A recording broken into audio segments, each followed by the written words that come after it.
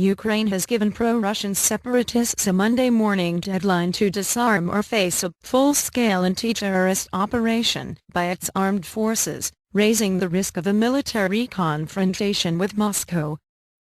Angered by the death of a state security officer and the wounding of two comrades near the flashpoint eastern city of Slavyansk, acting President Alexander Turchinov gave rebels occupying state buildings until 0600 GMT, 11:30 am East, to lay down their weapons. The National Security and Defense Council has decided to launch a full-scale anti-terrorist operation involving the armed forces of Ukraine, Turchinov said in an address to the nation. He blamed Russia, which annexed Ukraine's Crimea region when Moscow-backed former President Viktor Yanukovych fled after months of pro-Western protests, for being behind the rash of rebellions across Russian-speaking towns in eastern Ukraine. "We will not allow Russia to repeat the Crimean scenario in the eastern regions of Ukraine," Turchinov said. Russia's foreign ministry called the planned military operation a criminal order, and said the West should bring its allies in Ukraine's government under control. "It is now the West's responsibility to prevent civil war in Ukraine," the ministry said in a statement. It said it would put an urgent discussion of the extremely dangerous situation in eastern Ukraine on the agenda of the United Nations Security Council. Earlier, the American ambassador to the UN, Samantha Power, said on ABC's This Week that the latest events in Ukraine were the telltale signs of Moscow's involvement. The president has made clear that, depending on Russian behavior, sectoral sanctions in energy, banking, mining could be on the table, and there's a lot in between, she added. With East-West relations in crisis, NATO described the appearance in eastern Ukraine of men with specialized Russian weapons and identical uniforms without insignia, as previously worn by Moscow's troops when they seized Crimea, a circumflex as a grave development. Ukraine has repeatedly said the rebellions are inspired and directed by the Kremlin. But action to dislodge the armed militants risks tipping the standoff into a new, dangerous phase, as Moscow has warned it will protect the region's Russian speakers if they come under attack. One Ukrainian state security officer was killed and 5 were wounded on the government side in Sunday's operation in Slavyansk, Interior Minister Arsen Avakov said. "There were dead and wounded on both sides," he wrote on his Facebook page. The Russian news agency RIA reported that one pro-Moscow activist was killed in Slavyansk in clashes with forces loyal to the Kiev government. "On our side, another 2 were injured." RIA quoted pro-Russian militant Nikolai Solontsov as adding. Russian TV broadcast grainy footage of what it said was the body of the militant.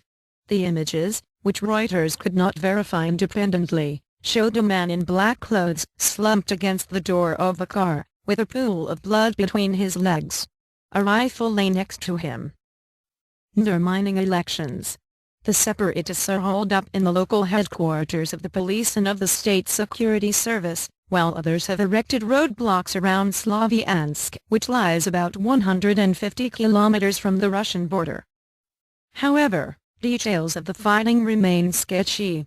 A statement from the administration of the eastern Donetsk region indicated the security officer may have been killed between Slavyansk and the nearby town of Artemyevsk. It said 9 were wounded.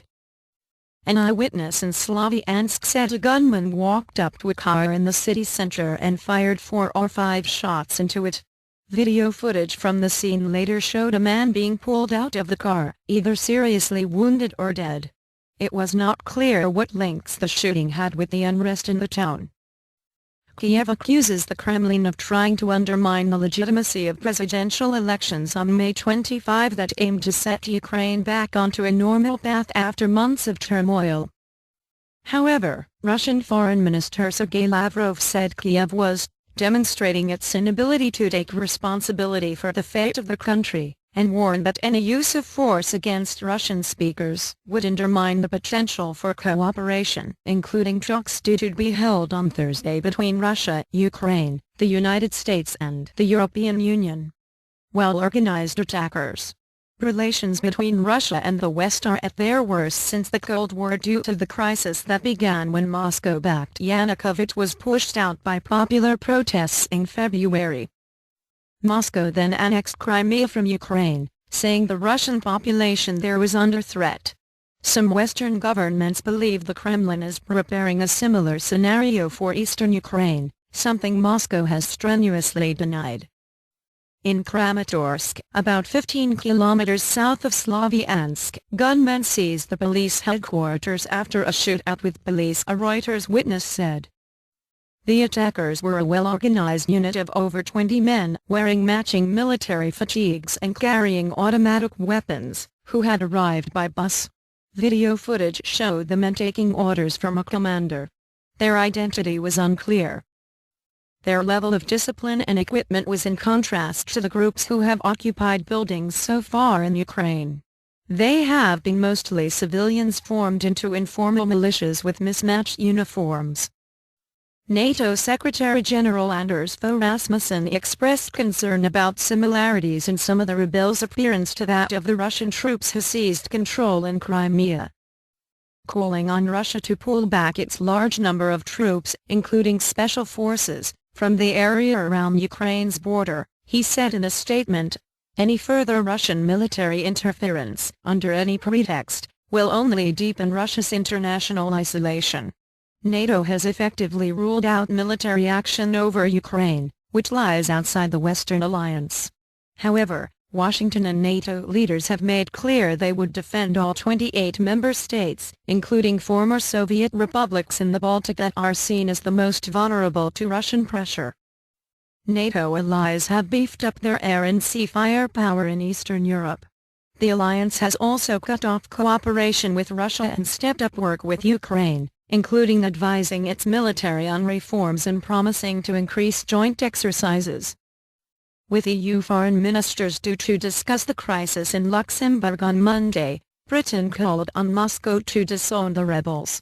Assumptions that Russia is complicit are inevitable as long as Moscow does not publicly distance itself from these latest lawless actions, a Foreign Office spokesman said.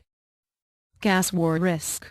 The crisis over Ukraine could trigger a gas war, disrupting supplies of Russian natural gas to customers across Europe. Moscow has said it may be forced to sever deliveries to Ukraine, the transit route for much of Europe's gas circumflex unless Kiev settles its debts. For now, though, the focus of the crisis was in eastern Ukraine, the country's industrial heartland, where many people feel a close affinity with neighboring Russia. In the eastern city of Kharkiv, supporters of the revolution that brought the Kiev leadership to power clashed with opponents who favor closer ties with Russia. Police said 50 people were hurt, 10 of whom received hospital treatment.